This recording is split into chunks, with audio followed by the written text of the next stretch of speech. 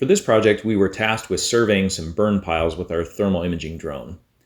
Now, the slash piles had been lit several months earlier and showed no outward signs of any activity. And the idea is that any hotspots that I'm able to find with a thermal imaging drone, we'll send a crew out there to overhaul, and this will reduce the possibility of a fire rekindling during an east wind event. We started off with locations of known slash piles, and these are denoted by the green star-shaped symbols here in ArcGIS. And you can see the slash piles are grouped fairly closely together, and they're along roadways. And so to keep myself organized, I drew polygons around each one of these groups and created regions of interest. And not all the slash piles were denoted here on ArcGIS, but these regions helped keep me organized and reduce the possibility of me missing any of the slash piles with my flights.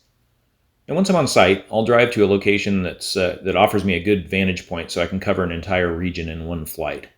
And I've set up the drone here with a red hot palette. And you can see here across the drone's field of view, the higher temperatures in that field of view are shown as orange and reds, and there's basically no color for areas of lower temperatures.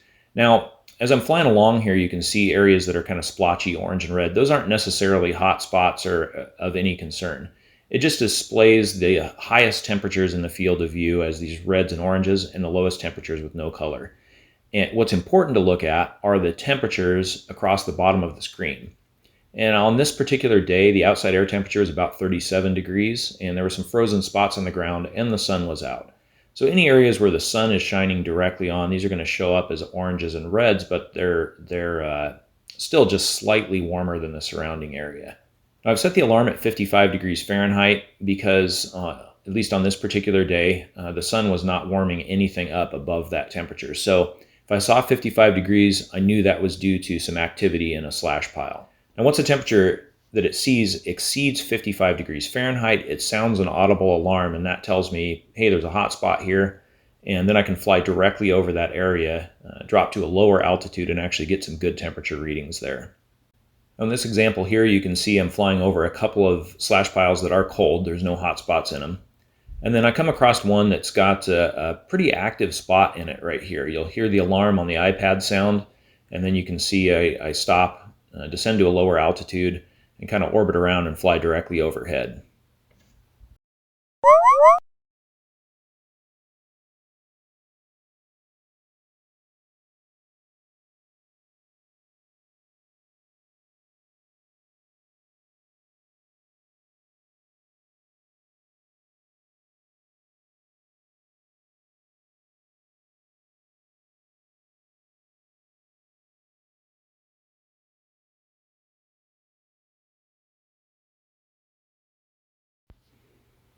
Once I have a good feel for the way that the hotspot looks, I'll fly to a location that's basically directly above the hotspot, and then snap a still photo and a screenshot of the iPad.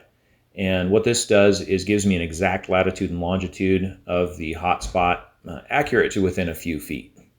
So for each hotspot location, we actually get 3 photos. We get an RGB photo that gives you a visual of the area. We get a thermal photo, which shows you inside of that visual area what areas are hot. And then we get the iPad screenshot, which tells you exact temperatures of each location. Now, it is important to note that the exact temperature readings that are shown on here, they are going to vary if there are obstacles in between the camera and the hotspot. So, for example, if a hotspot is burning underneath a stump, the temperatures that I see from an oblique angle, from the sides of the stump, are going to be higher than the temperatures that are recorded when I fly directly overhead, because the stump itself and the root ball are actually shielding the camera from the activity that's going on underneath.